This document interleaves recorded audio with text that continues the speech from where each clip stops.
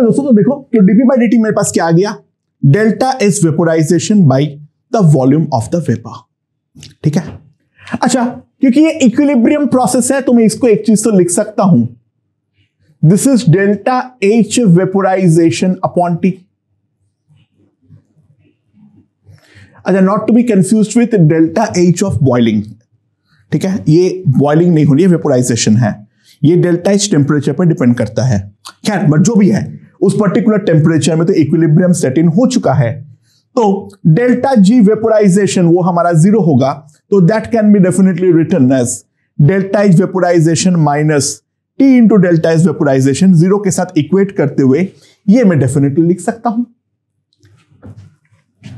So dp by dt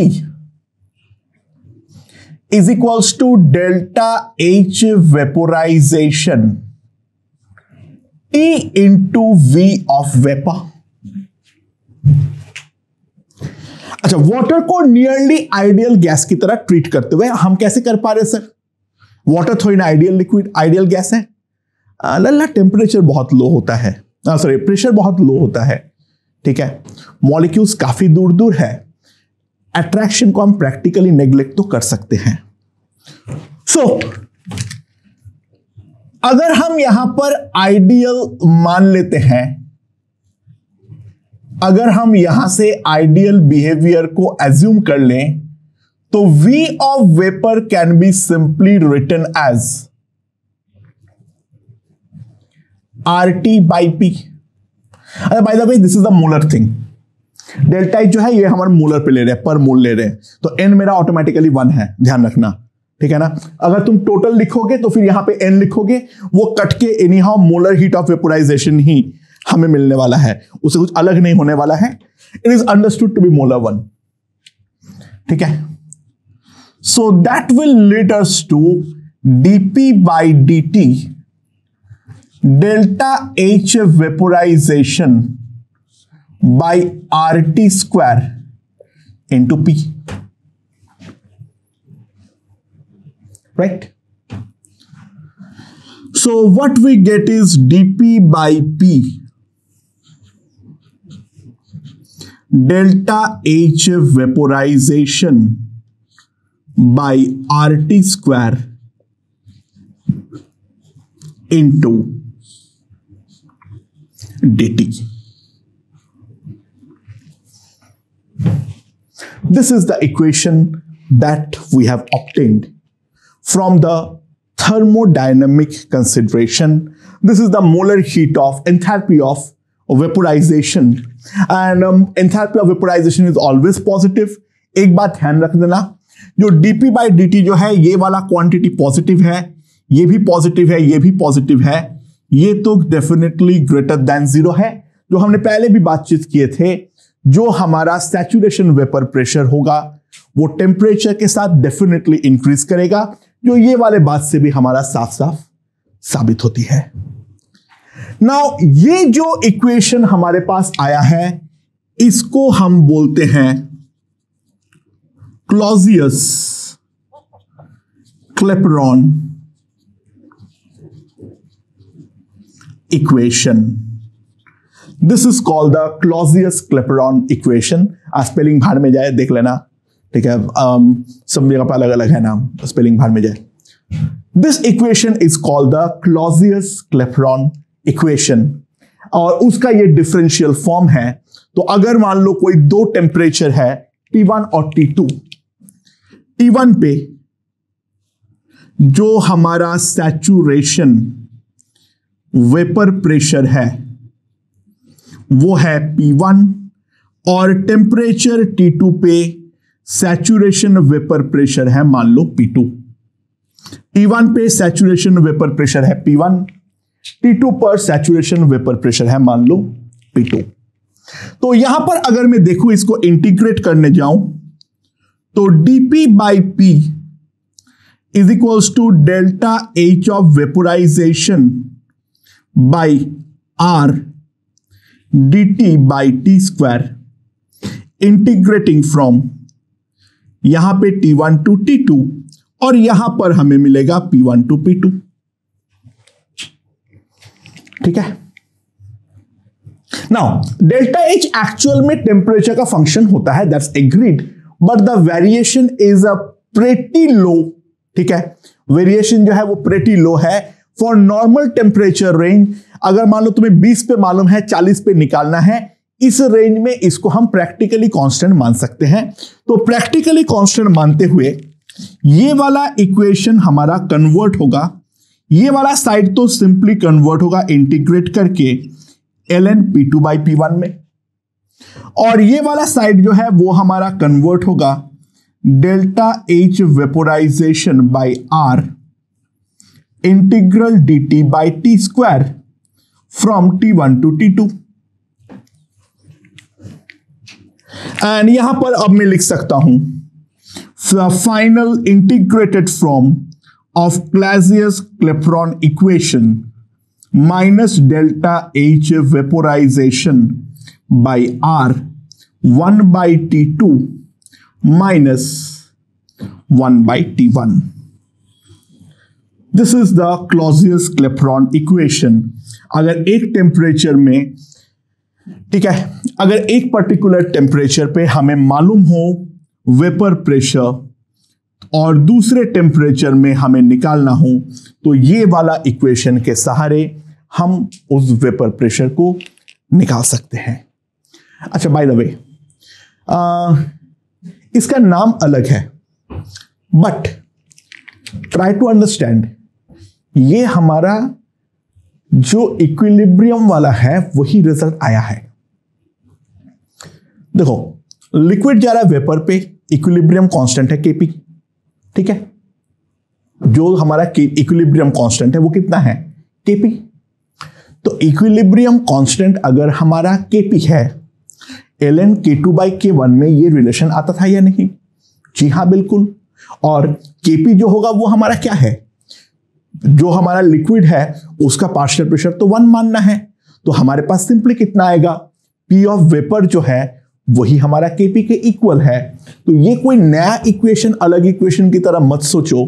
P2/P1 is nothing but Kp2/Kp1, और वही relation तो हमारा आता भी है। तो जो हमने पहले थर्मोडायनामिक्स में पढ़े थे, ये एग्जैक्टली वही चीज है। तो मेरे ख्याल से ये चीज हमें समझ में यहां पर आ चुका है।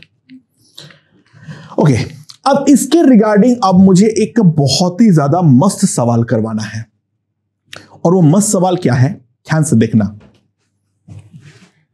मान लो हमारे पास 3 कंटेनर है, ठीक है। तीनों कंटेनर जो है, उन तीनों कंटेनर को मैंने अलग अलग टेम्परेचर पे मेंटेन किया हूं।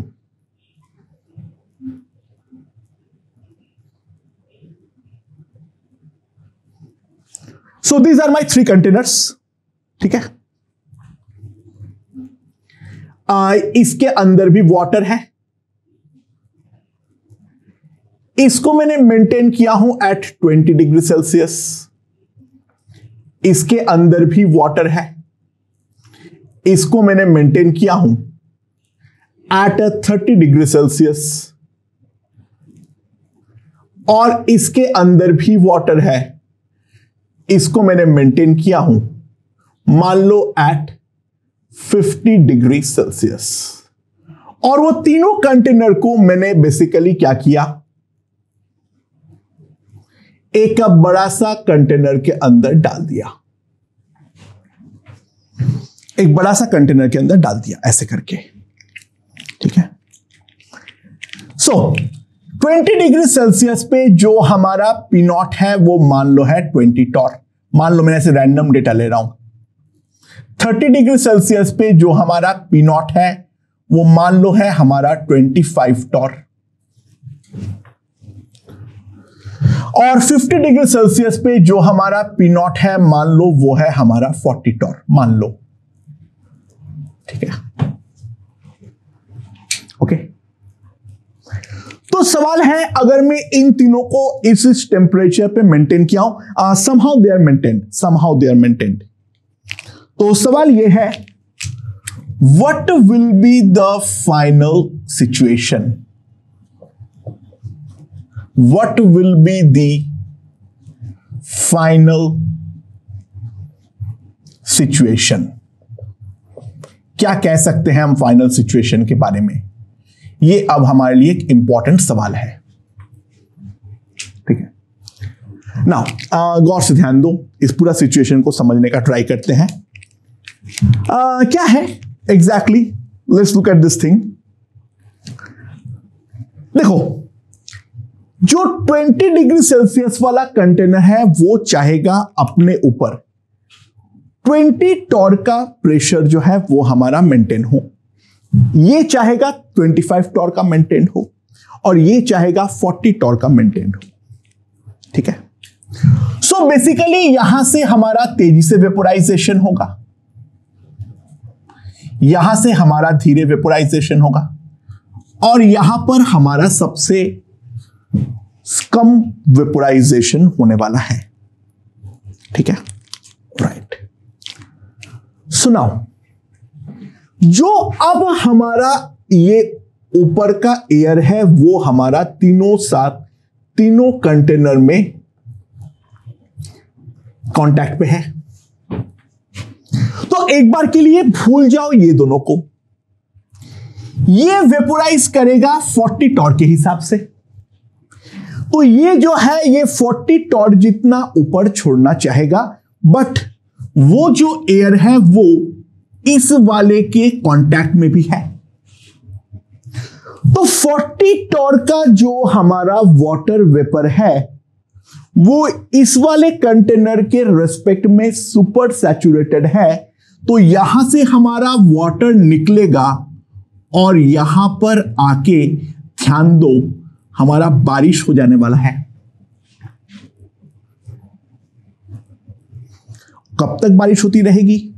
जब तक ना इसका प्रेशर 40 टॉर्क से घटके, ठीक है, वापस 20 टॉर्क में कन्वर्ट हो गया। अब इन दोनों को भूल जाओ, केवल इसके सिचुएशन पे आओ। ये चाहेगा 25 टॉर्क जितना प्रेशर हो जाए, बट 25 टॉर्क जैसे ही इसके कांटेक्ट में आएगा तो यहां पर भी हमारा बारिश होने वाली है और बारिश होके तब तक होती रहेगी जब तक ना हमारा 20 टॉर्क बन गया।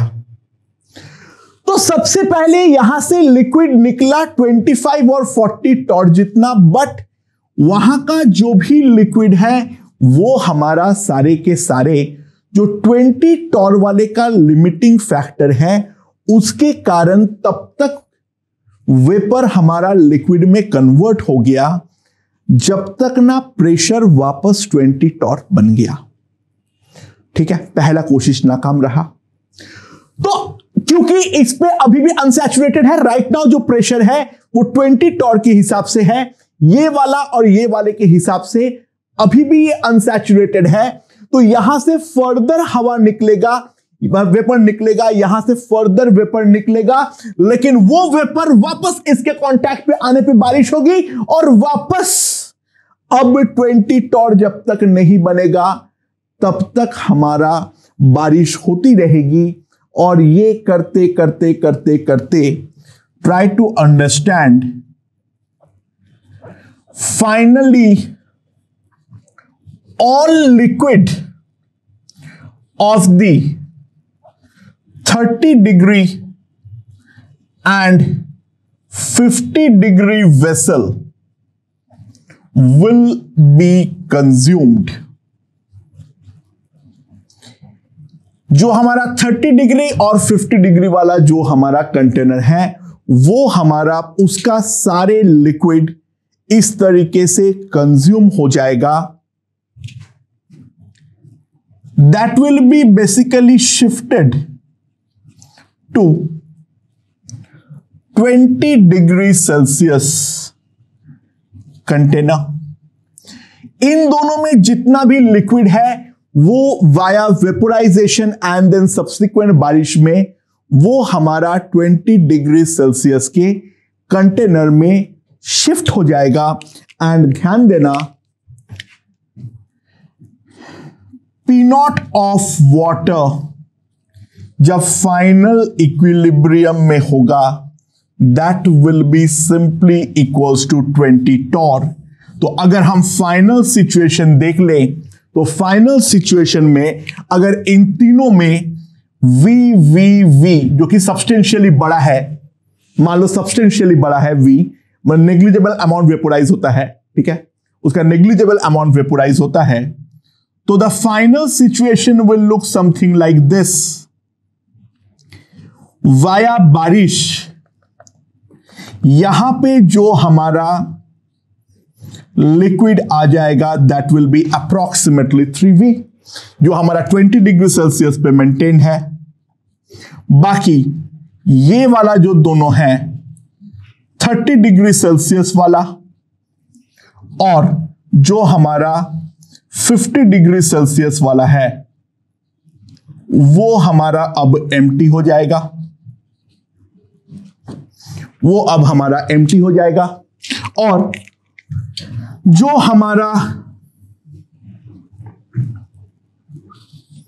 ऊपर का एयर है वो ऊपर का एयर हमारा P0 that is equals to 20 torr पे मेंटेन होने वाला है।